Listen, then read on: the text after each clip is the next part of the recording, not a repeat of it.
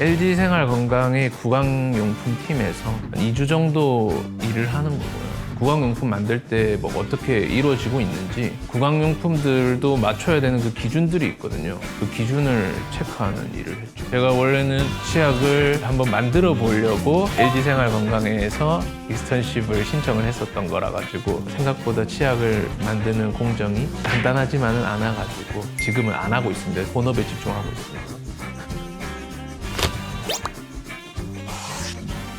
치약을 고를 때는 보통 3가지 정도를 보면 됩니다. 첫 번째는 불소, 두 번째는 연마제, 세 번째는 계면활성제, 이렇게 3가지 정도가 치약을 구성하는 가장 중요한 요소들입니다. 불소는 충치가 생기지 않도록 예방을 하는 것이고요. 연마제는 치아의 표면을 매끈하게 닦을 수 있도록 들어가 있는 것이고, 계면활성제는 충분하게 거품이 날 수 있도록 도와주는 거죠. 그 중에서 가장 중요한 거는 아무래도 불소를 생각해 볼 수 있습니다. 불소가 그래도 1000ppm 이상이 되어야지 충치 예방 효과가 있거든요. 무불소나 저불소 치약보다는 웬만하면은 1000ppm 이상이 되는 일반적인 치약을 사용을 하시는 게 제일 좋습니다. 치약을 고를 때 따져봐야 되는 성분 중에 하나는 계면활성제입니다. 계면활성제는 세제에서도 들어가 있는데 거품을 내는 소재입니다. 치약을 썼는데 구내염이 자주 생기거나 전신질환이 있으시거나 이런 분들에게는 조금 안 좋을 수도 있어요. 코코넛 같은 데서 추출한 계면활성제를 쓰는 회사들도 있거든요. 만약에 자기가 양치를 하는데 잇몸에 점막 질환 같은 게 있는 것 같으면은 다른 계면활성제를 사용하는 치약을 고르는 것도 좋을 것 같습니다.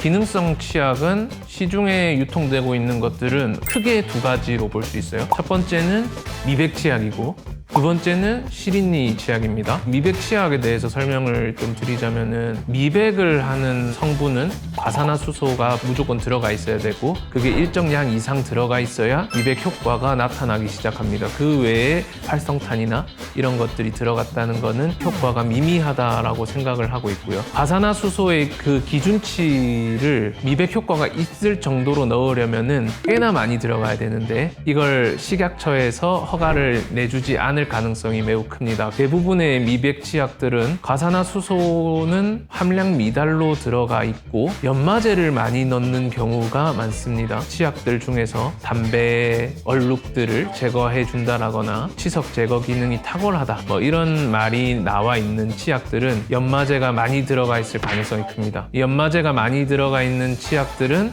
치아를 시리게 만들 가능성이 조금 높아요. 미백 치약은 웬만하면은 피해 주시고, 꼭 미백이 필요하시다면은 치과에 가서 미백 치료를 받으시는 게 가장 가성비가 좋을 것 같습니다. 시린니 치약은 효과가 있습니다. 시린니 치약의 효과에 대해서 알고 싶으면은 이 시린 증상이 왜 나타나는지를 봐야 됩니다. 치아의 상아질의 표면을 확대한 사진인데요. 상아질 표면에는 미세한 구멍들이 굉장히 많습니다. 이게 많이 노출되어 있을수록 시린 증상이 많이 나타나는데, 시린니 치약은 이 구멍을 메우는 효과를 가지고 오기 때문에 증상 완화에 도움이 될 겁니다. 그런데 이 치약을 쓸 때는 주의할 점이 있거든요. 시린니 치약은 불소 함량이 적을 가능성이 매우 높습니다. 충치 예방 효과가 굉장히 줄어들기 때문에 시린니 치약을 쓰시다가 시린 증상이 해결이 되셨다면은 다시 일반 치약으로 사용을 하시는 것이 더 나을 수도 있습니다.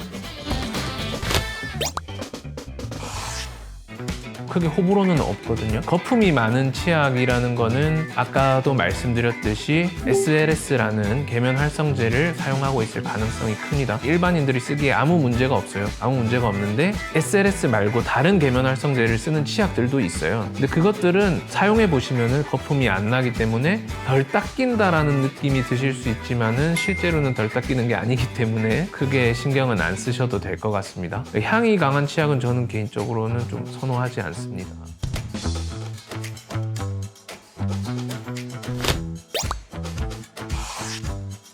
제가 치약을 만드는 거를 포기했었던 이유 중에 하나는 기능성 제품으로 가려면은 R&D 과정이 굉장히 복잡하기 때문이었거든요. 인디 브랜드에서 나오는 치약들은 대부분 식약처에서 요구하는 R&D를 거치지 않았을 경우가 많습니다. 저 같은 경우에는 흔히 알고 있는 2080이나 페리오나 뭐 이런 대기업에서 만드는 치약을 사용을 하고 있습니다.